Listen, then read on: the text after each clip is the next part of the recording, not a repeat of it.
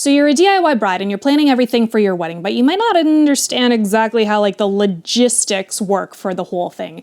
I mean, hey, you could hire the florist and be like, yeah, show up at this place at this time, maybe whatever. But if the florist isn't there before the other decorator and the other decorator hasn't brought the table settings and the caterer if everybody is moving all at the same time, but not together, it's gonna be a little chaotic and a little bit overwhelming. So today, what I want to talk to you about is all of the different things that I cover with my DIY couples when they hire me as a day of coordinator, because I'm the person making sure that this vendor has that and this and everything is in its place before stuff goes down so that nobody's rushing around and getting flustered and overwhelmed and like, oh my God, I don't know where to put the cake because there's no cake table yet. We need to make sure that stuff's ready to go. And you might be working with somebody in your family, maybe in your bridal party. So I wanted to make this video to give you a sense of like, what are the different questions that you need to be asking yourself? What needs to be written down? How do you plan for transitions? All of that good stuff. So this is like a big, long questionnaire. I also have a PDF that you can grab when you sign up for my email list. Is very easy to do that. And you can use this for like putting the final finishing touches on absolutely everything. I would say get started with this like at least 3 weeks out from your wedding. More than that, and stuff might still be kind of up in the air. So like you could get started with it, but really start focusing in on it about 3 weeks away from your wedding. Oh, I forgot to introduce myself. Hi, I'm Emily Declue. I'm the founder of the Joy Factor Wedding and Events. I work with DIY couples on their weddings here in Toronto, Ontario. And I am so excited to bring you more videos about planning your DIY wedding. I was a DIY bride myself, and I am an event planner of over 10 years. I don't even know how long, 13? It's been a while, and I'm so passionate about helping DIY couples realize their perfect days. I come in and I help on the day to do all of the coordination and make sure everything goes totally smooth. For some reason, last video I said smooth like peanut butter, and I feel like maybe I was just nervous, but now I'm not. Now I'm normal. This is normal. But I want to give you a sense of what it's going to be like to work with me, you know, if you do decide to work with me. Anyway, today's video is about if you don't want to work with a coordinator, and I want to make sure that you are covered too, because this stuff is like really, really important. So how does everything come together on your wedding day? Like, how are you going to get to the venue? And does your cake need to be refrigerated? Does the florist know where to deliver the boutonnieres? Or does your bridal party actually know they need to be at the hotel the night before so you can all get ready at 6 a.m. in the bridal suite before you go down to the limo that's waiting for you at 10 a.m.? Oh my God. Yeah, there's a lot of details. That's why we write it down. I've talked to lots of different brides over the years, and one of the biggest questions that I get is like, well, how do we know that this is happening at the right time? And even as a guest at weddings, I can see where the little transitional elements have been missed. Like one really good example is the venue coordinator didn't understand how to set up their audio equipment. So the music for the ceremony was really like, there was no treble. It was just all bass. And it was kind of a bummer, honestly, for the couple, because they were like, well, we were really envisioning this like beautiful song to be playing, but all you could hear was like, It's not exactly what you want to be walking down the aisle to. Thankfully, we were able to fix that for them in their wedding video. So at least that will be in their memory forever, which is nice. Back to the point. The point is, little transitional elements can be easily overlooked or missed. And then your guests are kind of standing there wondering like, oh, what do we do now? And they're just hanging around and it's kind of awkward and uncomfortable. That's what we're trying to avoid when we go through all of this stuff. And I'm also gonna note, not all of this is gonna be relevant to your wedding, so start with what I'm giving you and then make your adjustments from there. Okay, let's start with the general things. I'm gonna have to read off a list because there is no way in hell I can memorize all of this. Okay, where is your wedding? Time and date. That's important information. I know you know this, but does everybody else know this? And I would recommend writing this down in a document somewhere so it's easily printable and shareable with whatever vendor is going to need it, and you just have access to all of this information. So, when is your wedding? Time and date. Where is your wedding? Are there different locations? There might be a couple of different places that your vendors need to travel to. So it's important that they have that information. How many guests will you have? Will it be the same number of guests for the ceremony and the reception? Do you have a vendor list? Every single vendor with their email addresses and a phone number they can be contacted at. Who are the volunteers on the day who have different jobs? So that might be your bridal party, your mother-in-law, your own mother. It depends on who's being assigned to what, but we need to figure that out and we need to write it all down so that everybody has their own list of things that they're going to be doing and at what time that needs to be done. Day of payments. Very important to know because you're gonna need to give one person that job to hand over little envelopes of cash if that needs to happen, or somebody, either you or your husband or your dad, is gonna need to be responsible for either sending that e-transfer or paying that Visa bill. Okay, then we're gonna do the ceremony beat by beat. This is like time-stamped things. So bridesmaids arrive at 6:05 a.m. Hair and makeup arrives at 7 a.m. Donuts arrive at 4-minute intervals throughout the day. I don't know, maybe you really want donuts all day on your wedding, but you gotta write it down. Then we're gonna go through the ceremony logistics. So, who's the officiant? Their contact info. What will the venue be taking care of? Will they do please take your seat and no phones recording announcements, that kind of stuff? What will you be responsible for at the ceremony venue? Who is on site that you need to coordinate with? Who will be bringing the paperwork on the day? So your marriage license application, your vows. Does your officiant have a plan to bring extra copies if needed? Or do you need to bring extra copies of these things? Who will have the rings? Are there any special props you will be bringing for them? Who's gonna have them? What are they? And where will they be? And when do they need to be delivered to the ceremony area so that they can be used at the correct moment in time? I've seen it happen where props have gone missing and you just kind of have to carry on through the rest of the ceremony. What time is the photographer or videographer checking in? Do you have a photography and videography shot list ready to go that can be handed off to the photographer or videographer? Do we need to find a space at the ceremony venue for your first look photography if you're planning on doing that? What is the option for the ceremony music? Is there a musician? At what time are they checking in? Are there any other vendors at the ceremony that need to be allocated into this whole plan? When will you yourself be arriving to the venue? When will you be walking down the aisle? At what point will late guests be allowed to take their seats? Because you would probably want someone stationed at the door so no one's barreling down the aisle while the bride or groom is also currently walking down the aisle. You really don't want latecomers ruining that special moment, especially for photography, but also because it's really gonna distract you. It's gonna distract everybody else. That kind of stuff's very important to know. Making sure someone's stationed at the door and then they can come in after, you're up at the front. Are there any gifts or tips that need to be handed off to anybody else at the ceremony? Like the officiant. Sometimes people like to give the officiant a nice gift. Decor at the ceremony. Will it already be decorated, or do you need to take care of that in advance? At what time do you need to be at the venue to do that decoration, or does somebody else take care of that for you? And also signage, making sure that either the venue or yourself has very clear signs that say, this wedding is this way, with an arrow pointing that way. Washrooms, that way. People need signs. People need to know where they're going, because otherwise they kind of bumble around and then they stand there forever and then your wedding starts late because they didn't know where to go. Okay, maybe it's not just signage. People are like, yeah, they're catching up, they're having a fun time, but signage does play a pretty big role in making sure that you are getting people in the right place at the right time. Okay, let's talk about transitions between the ceremony and the reception. So what's happening in between? A lot of couples decide that they're gonna do their photography between these two events, and then guests are sort of hanging around otherwise.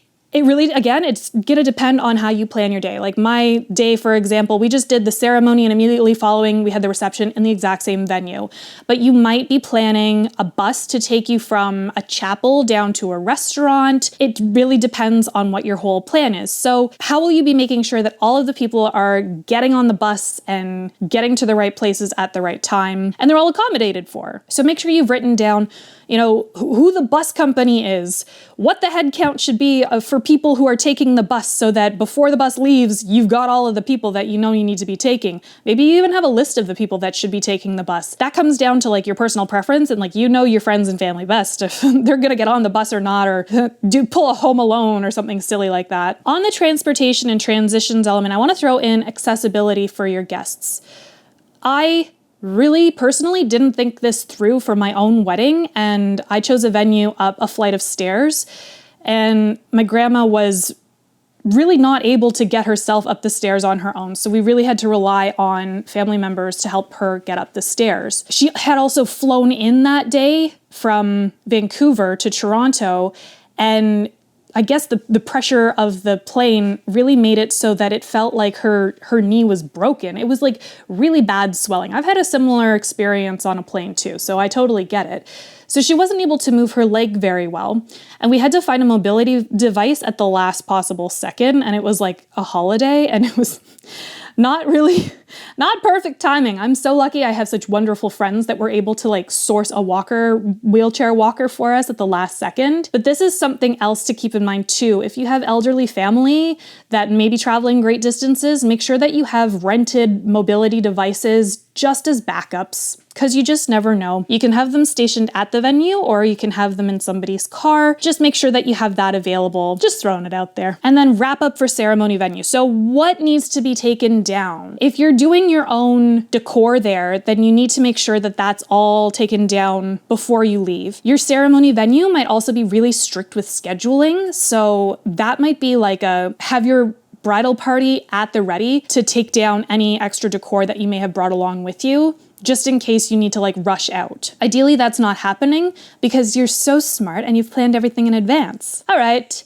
Now we move to the reception. You've planned out how you and your new spouse are getting to the reception, and you've planned out how your friends and family and your bridal party are getting to the reception. Everybody knows where they need to be and at what time, so no more issues there. You've all arrived at the correct time. Now we need to just go through the beat by beat for the reception. When are guests coming in? Is there a cocktail hour? Are you arriving at the same time as your guests? Is there a grand presentation? Is there a dance number, perhaps? All of the different activities and little pieces and like cake cut, like all of that sort of stuff. So map out the timestamp for every single thing that happens at your reception. For your catering, make sure you've written down the name of the caterer, the phone number, a contact information, what they should be bringing, like what is the menu, have that written somewhere, because you want to make sure that what's being delivered is what you've paid for. Just in case, you never know. Will the catering team be setting up in advance? So do you need to have somebody go straight to your reception venue from the ceremony in order to make sure that the catering company can be let into the venue, or will the venue just let them in? Or maybe the venue themselves are doing the catering. Just basically make sure that the caterers have access to the venue when they need access to the venue. And if they need to bring any additional equipment for their cooking, like fridges or anything like that, because sometimes they bring that stuff along too. Now, speaking of setting up your reception venue, if you can get in the night before to set it all up, amazing. That's not always the case, and especially when you're working on a budget, maybe you only have like a couple of hours between here and now to make that happen. So who can you pull in on your volunteer team to make sure that you have all of the decor set up, your welcome table, your gift table, like all of those sorts of things? Who can you pull in to make sure that all of that is set up in advance so that you're not like rolling in, trying to do your grand entrance and there's just like random boxes and tablecloths sitting around? You don't necessarily want that. So we've talked about the beat by beat for the reception. So what are the different activities that are going to be happening? Like, is a DJ going to be running the whole thing? Is there an MC that's going to be keeping track of the night and like making sure that we're announcing different things at different times, like the first dance, or in my case, my husband and I made our first film together instead of a first dance. It was a fun thing to do. Or how about speeches and toasts? Who's going to be doing them when? Any other special dances or performances? Your cake cutting. I love cake. I feel like cake is the best part of all weddings ever. Okay, maybe not, but yeah, I love cake a lot. In my past life, I was a pastry chef, and my world was very much about cake. Finally, for your reception venue, when you're doing the wrap up and everything, who's gonna be leading this? Put somebody in charge of leading this specific element, okay? Is there a plan for gifts and cards to get back home with you or somebody else so that they're kept safe? Is there any decor that needs to be organized to take home? Is there any food that needs to be organized to take home? I catered my own wedding, and I, instead of like a traditional party favor, I gave people takeout containers so that they could take all of the extra food home. And there was like a heck of a lot of extra food, actually, when I think about it. Anyway, make sure there's a plan for all of that stuff to get home safely that you don't have to worry about so much, so that you're just like enjoying yourself. And then finally, we talk about backup plans. So identifying any situation where the person who's helping you with all of this stuff on the day should be finding you, should be coming to find you to like make a decision on something. And that could be like as small as where do you want your flowers to go after you're done with the ceremony, to as big as your mothers are fighting, what do we do? But you can make that decision in advance, so it's like, I really don't care if our mothers are fighting. I'm over here having a good time. Or like, I really need to know where my flowers are, okay? So make sure that they're at the head table and they're ready and they're right here so I can smell them all night. These are gonna come down to your personal preferences. If anything's happening outdoors, what are the backup plans for that? So like if your photography is happening outdoors and there's a lot of unexpected snow on an October fresh fall day, kind of mixing things up a little bit. Do you have a blanket or something you can wear over top of a gown to make sure that you're staying warm for your photos, like still showing off your dress? Do you have extra backup umbrellas? Are you okay to do your ceremony in the rain? You know, like those kinds of things. Like how are you making sure that everything is accounted for, especially with outdoor stuff? A really big important one is if key people are running late, at what point do we move forward with the program? Because as I mentioned before, some ceremonies, and especially officiants, like they're really tight on schedule because they book people in back to back to back to back to back, right? Because that's just the nature of their business. So at what point do we say, okay, if mother-in-law and father-in-law are stuck in traffic from the airport, they're trying their best to get here, but they're probably not going to be here for another 30 minutes, but you only have like 20 minutes left. Can we move forward with the ceremony? Or are we just gonna say, hey, that was nice, we'll do like a city hall ceremony later, and this can just be sort of like a performative one if you wanna do that. And then also make sure that you know what the venue's policy is on this, or your officiant's policy. Like if people are running late, how much grace time will they give you? Okay, so that's like a lot of info, but I'm telling you, like if you can get this stuff sorted out like at least 3 weeks in advance of your wedding, you're gonna be so relaxed. It's so calm. Like everything's gonna feel so much better, and things will shift. Let me tell you, things are gonna move around a little bit, but that's okay because that's just sort of the nature of weddings and events. If you have this stuff written down though, you could just make tiny little adjustments in your document and you'll see like, okay, I have a plan for this. This is all backed up. This is ready to go. And everybody knows what has to happen at what time.